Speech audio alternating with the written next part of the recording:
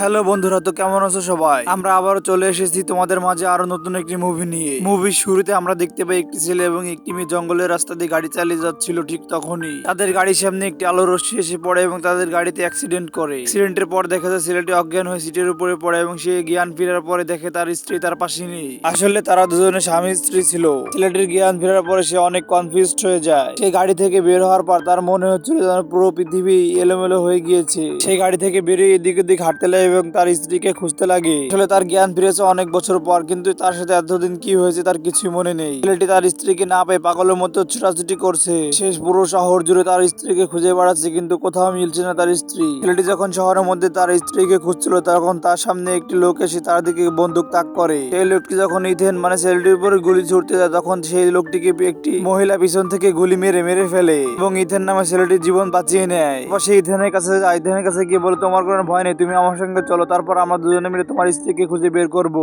এরপর মহিলাটিকে ইথেনকে তার বাসায় নিয়ে চলে আসে এবং ইথেনের সমস্ত কাহিনী শুনে মহিলাটি ইথেনকে বলে, ইথেন শোনো, তুমি আমাকে কখনো না বলে ঘর থেকে বের হবে না। কিন্তু ইথেন মহিলাটির কথা শুনছিল না, কারণ মহিলাটি যখন ঘরে ছিল না ইথেন তখন ঘর থেকে বেরিয়ে বাগানের দিকে যাচ্ছিল। ঘর থেকে বেরিয়ে সে যখন বাগানের দিকে এগোতে লাগে বাগানের মধ্যে গিয়ে সে একটি ভয়ানক কঙ্কালকে দেখতে পায় মাকড়সার জাল দিয়ে পেঁচানো। ইথেন তখন এই কঙ্কালটিকে দেখে অনেক ভয় পেয়ে যায়। তারপর সেখানে সে মহিলাটি চলে আসে এবং সেই মহিলাটিকে বলে, এটা কি?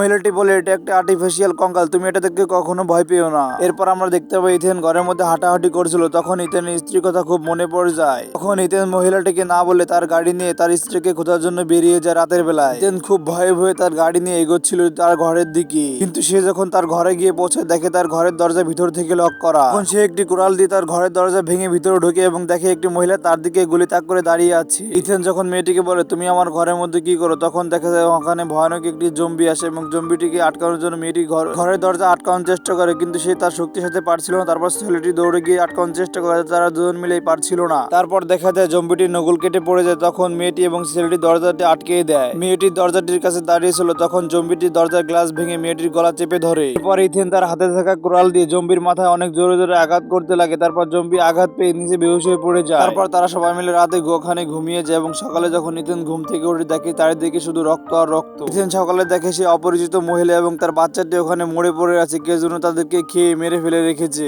আসলে এসব ওই জম্বিটেরই কাজ ছিল। ইথেন এগুলো দেখে অনেক ভয় পেয়ে যায়। তারপর সে তার বাসা থেকে দৌড়ে বেরিয়ে যায়। ইথেন যখন তার ঘর থেকে পালাচ্ছিল তখন ইথেনের উপর একটি জম্বি আক্রমণ করে। তারপর সেখানে সেই মহিলাটি এসে ইথেনকে বাঁচিয়ে নেয় এবং ইথেন সেই মহিলাটাকে ধন্যবাদ জানায় এবং বলে, আমি দুঃখিত তোমাকে না বলে চলে আসার জন্য। এরপর ইথেন তার স্ত্রীর মোবাইল ফোনটি সেই জঙ্গলের মধ্যে গুড়িয়ে পায়। তখন তারা দুজন জঙ্গল থেকে বেরিয়ে যাচ্ছিল, তখন তাদের সামনে একটি লোক এসে দাঁড়িয়ে বলে, আমি খুব ক্ষুধার্ত, আমাকে তোমাদের সাথে নিয়ে চলো। এরপর এলমা সেই মহিলাটি বলে, তুমি আসলে মানুষ নাকি জম্বি, আমরা তোমাকে চেক করব। সেই লোকটিকে তাদের বাসায় নিয়ে আসে এবং তাদের বাসায় আসার পর এলমার দিকে সেই লোকটি বন্দুক তাক করে। সব থেকে মজার কাহিনী হচ্ছে এই দুর্ভিক্ষ অবস্থায় লোকটি ডাকাত দলের সর্দার ছিল, সে ডাকাতি করে বেড়াতো। ইলমাকে যখন বলছিল তোমার সমস্ত টাকা পয়সা ধন সম্পদ আমাদের কাছে দিয়ে, তখন ইলমা তাকে না দেওয়ার কারণে ইলমার মুখে বন্দুক মেরে তাকে বেহুশ করে নেয়। এরপর সে ডাকাত দলের সর্দার তার গ্যাংয়ের সমস্ত লোকদের ওখানে ডেকে নেয়, কিন্তু ইথেন অনেক চালাক থাকার কারণে ইথেন তাদের সবাইকে মেরে অজ্ঞান করে ফেলে দেয় এবং তাদের গ্যাং লিডারকে এক হাত কেটে বেহুশ করে আলাদা রুমে রেখে দেয়। এরপর ইথেন এবং এলমার ঘরে সেই ডাকাত দলের সদস্য লোকেরা খুঁজতে আসে যে আসলে তাদের লোকেরা কি হয়েছে, কোথায় গিয়েছে এতক্ষণ সময়। তারপর সে যখন ইলমা এবং ইথেনের রুমে ঢোকে সে দেখে এটা একটি হসপিটালে বেডের রুমের মতো। লোকটি দেখে তাদের ডাকাত দলে গ্যাং লিডারকে ওখানে হাত কেটে বেডে শুয়ে রেখেছে। সেটা দেখে ভয় পেয়ে ওখান থেকে দৌড়ে পালানোর চেষ্টা করে। তারপর তার পায়ের সাথে একটি দড়ি আটকে যায়। আসলে ওটা একটি দড়ি ছিল না, ওটা একটি মাইন্ড বোমা পাতানো ছিল। তারপর সেই বোমাটি ওখানে ব্লাস্ট হয়ে যায় এবং লোকটি ওখানে মারা যায়। আসলে এই সমস্ত পরিকল্পনা এবং বুদ্ধি ইথেনের ওয়াইফ ইলমার ছিল। এরপর ইথেন এবং ইলমা কথাবার্তা বলছিল। এই বুড়ি ইলমা ইথেনের ওয়াইফ ছিল। ইলমা বলে, আমরা যখন বাসা থেকে বেরিয়ে যাচ্ছিলাম তোমাকে একটি জম্বি তোমার হাতে কামড় বসিয়ে যায় এবং তুমি ইনফেকশন হয়ে যাও। তারপর ইথেন তার হাতের ব্যান্ডেজ খুলে দেখে তার হাতে অনেকগুলো ছোট ছোট গাছ জ্বালিয়ে গেছে এবং তাকে দেখতে কিছুটা জম্বিদের মতো লাগছিল।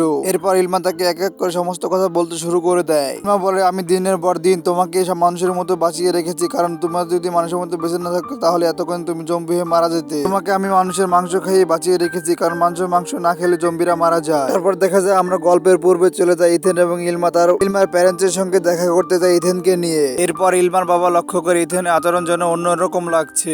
ইথেন ইলমাকে বলে, আমার ভালো লাগছে না, আমার মাথা ঘোরাচ্ছে, তুমি আমাকে একটু ওয়াশরুমে নিয়ে যাও। আসলে ইথেনকে যে জম্বিতে কামড় বসিয়ে দিয়েছে এই কথা ইলমা তার বাবার থেকে লুকাচ্ছিল। এরপর ইলমা ইথেনকে ওয়াশরুমে নিয়ে যায় এবং দেখে ইলমা বলে, তোমার কিছু হবে না, তুমি ঠিক হয়ে যাবে, আমি আছি তো। এরপর ইলমা তার বাবার কাছে গিয়ে বলে, ওর কিছু না, ওর একটু মাথা ঘুরাচ্ছিল তাই আর কি। এরপর ইলমার বাবা তার মাকে এবং তার ছোট বোনকে বলে তোমরা এখান থেকে একটু যাও, আমার ইলমার সঙ্গে পার্সোনাল কথা আছে। তখন ইলমাকে বলে তুমি সঠিক করে বলো আসলে ইথেনে কি হয়েছে। তখন ইলমাকে বলে কিছুই হয়নি। ইলমার মা যখন ওখান থেকে উঠে চলে যাচ্ছিল তখন সে ওয়াশরুমে জোরে জোরে আওয়াজ শুনতে পায়। তখন সে ইথেনের ওয়াশরুমে গিয়ে দেখে ইথেনের চোখ দুটো জম্বিদের মতো আচরণ করছে এবং সে ইথেনকে দেখে অনেক জোরে জোরে চিৎকার করতে লাগে। তারপর ইথেনের আচরণ যেন জম্বিদের মতো হয়ে যায় এবং সে তাদের উপরে হামলা করে দেয় এবং ইলমার বাবা এটা শুনে সে তার বন্দুক নিয়ে উপর দিকে যাওয়ার চেষ্টা করে। তারপর ইলমা তাকে আটকানোর চেষ্টা করে কিন্তু ইলমার বাবা ইলমাকে ধাক্কা দিয়ে চেয়ারের সঙ্গে লাগিয়ে বেহুশ করে নিচে ফেলে দেয়। কিন্তু ইলমা কোনোভাবে হাল ছাড়ছিল না, সে বেহুশ হয়ে যাওয়ার পরেও তার পকেট থেকে বন্দুক বের করে তার বাবাকে মেরে ফেলে। আসলে ইলমা তার বয়ফ্রেন্ডকে এতটাই ভালোবাসতে যে তার জীবন দিয়ে তার বয়ফ্রেন্ডকে রক্ষা করে যাচ্ছিল।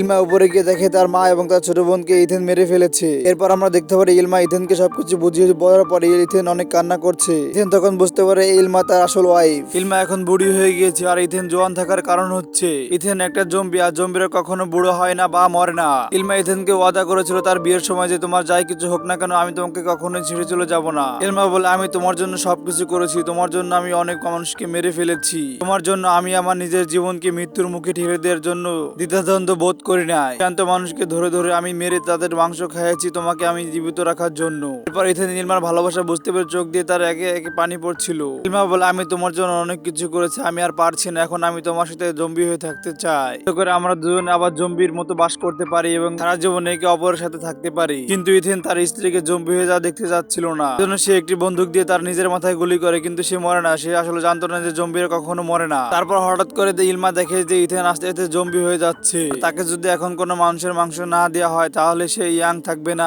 আর বা মানুষের মতো চেহারা থাকবে না, সে জম্বি হয়ে মারা যাবে। কিন্তু ইলমার কাছে কোনো মানুষ ছিল না, এজন্য সে ইলমা নিজের শরীরের মাংস খেতে দেয় ইথেনকে। আর আমরা দেখতে পারি ইথেন পুরোপুরি ভাবে একটি জম্বি হয়ে গিয়েছে আর ইলমার মাংস খাওয়ার কারণে ইলমা জম্বি হয়ে গিয়েছে। আর পরবর্তী থেকে তারা দুজন জম্বি হয়ে সারা জীবন একই সঙ্গে কাটিয়ে দেয়। বন্ধুরা প্রতিনিয়ত এমন সব এক্সপ্লেন্সিভ মুভি পেতে আমাদের ভিডিওতে একটি লাইক করে চ্যানেলটি সাবস্ক্রাইব করে পাশে থাকা বেল আইকনটি ক্লিক করে দাও, কারণ এই চ্যানেলে সব নতুন নতুন মুভি আসে।